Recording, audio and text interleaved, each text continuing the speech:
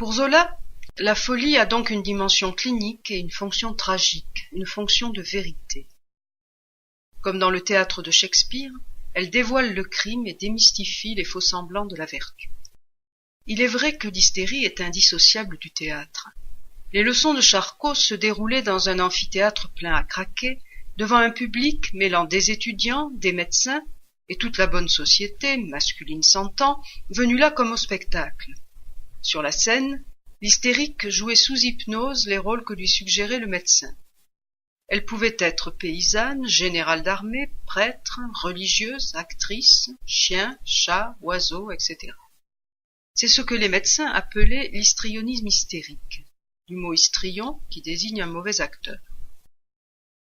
Dans l'Assommoir, Gervaise, qui a vu son homme danser le chahut des pochards à Sainte-Anne, transforme ainsi la loge de la concierge en scène de spectacle.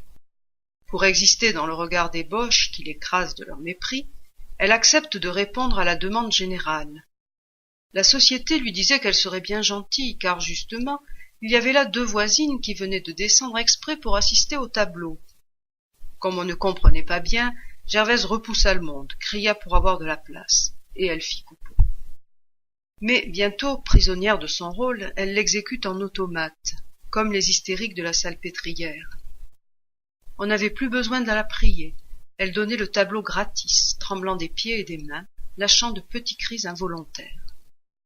Comme sa mère, Nana endosse les rôles qu'on attend d'elle. Elle joue une idylle champêtre avec un jeune homme de 17 ans, goûtant des émois de vierge énamourée dans la contemplation du clair de lune. Elle joue la simplicité du ménage ouvrier avec Fontan, un acteur qui la met sur le trottoir. Elle joue la grande dame, la reine Vénus ouvrant ses petits appartements au personnage de l'État avec le prince d'Écosse. Elle joue la mère exemplaire avec Louisée et rêve d'incarner Madame de Beau-Rivage dans La Petite Duchesse. Mesurant ses enjambées avec des airs circonspects de grosses poules hésitant à se salir les pattes, elle croit tenir la femme honnête, mais tombe à la pantomime animalière. Comme les hystériques de la Salpêtrière, auxquelles on faisait jouer des rôles de bêtes sous hypnose, elle s'identifie à la pouliche qui porte son nom et fait l'ours à 4 pattes, tournant avec des grognements autour de Muffat. Mais Nana a beau en apparence se plier au désir des hommes, rentière de la bêtise et de l'ordure des mâles, elle convertit l'histrionisme hystérique en machine à sous. Nana était la mangeuse d'hommes. On racontait des caprices fous, de l'or semé au vent, une poignée de diamants jetés sur un brasier pour voir si ça brûlait comme du charbon. Nana dépossède donc les hommes de leur fortune et de leur pouvoir. C'est elle qui les prend au piège, comme dans cette scène d'auto-érotisme devant la glace qui fascine le comte Muffat. Elle finit par se plaire au singulier jeu de se balancer, avec le frémissement continu d'une almée dansant la danse du ventre. Muffat regardait toujours, obsédé, possédé. Les gestes de Nana sont exactement ceux d'Augustine, une patiente de Charcot qui se dénudait devant le médecin en remuant les jambes et le bassin. Mais alors que l'hystérique a l'illusion délirante d'être l'idole à laquelle rêvent tous les hommes, Nana prend réellement le pouvoir sur ceux qu'elle fascine. La salle entière vacillait, glissait à un vertige, et Nana restait victorieuse avec sa chair de marbre, son sexe assez fort pour détruire tout ce monde et n'en être pas entamé. Cependant, le triomphe de l'hystérique renvoie toujours à son néant. Ce que Nana aperçoit dans le miroir, c'est finalement le spectre de la mort.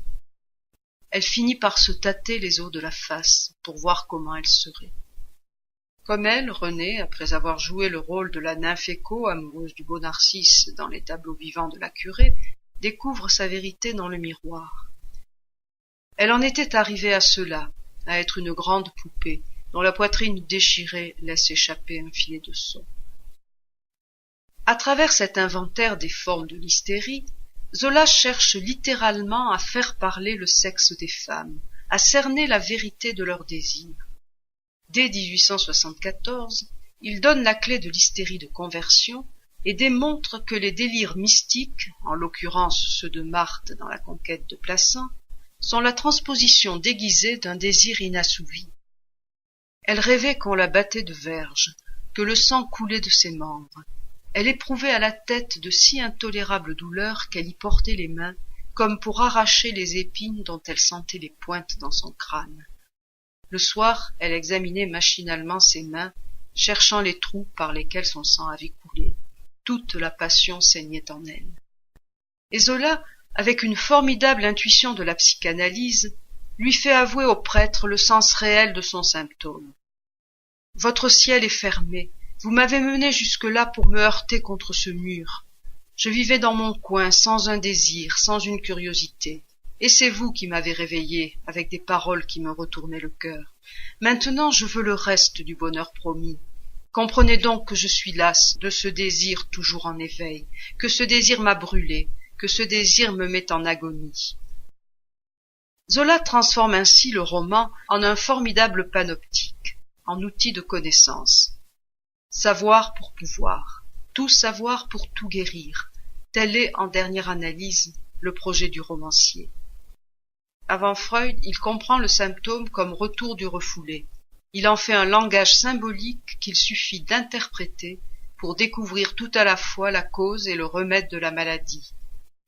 Là encore, l'hystérie d'Adélaïde Fouque fonctionne comme un modèle.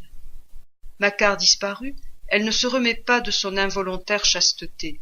Tous les mois, le souvenir de la secousse menstruelle galvanise son pauvre corps, et la maternité, refusée au temps de sa jeunesse, revient dans l'amour passionné qu'elle a pour son petit-fils. Elle qui avait oublié d'être mère pour être amante, éprouvait les voluptés divines d'une nouvelle accouchée, à le débarbouiller, à veiller sans cesse sur sa frêle existence. Zola donne ainsi d'emblée la clé du cycle tout entier.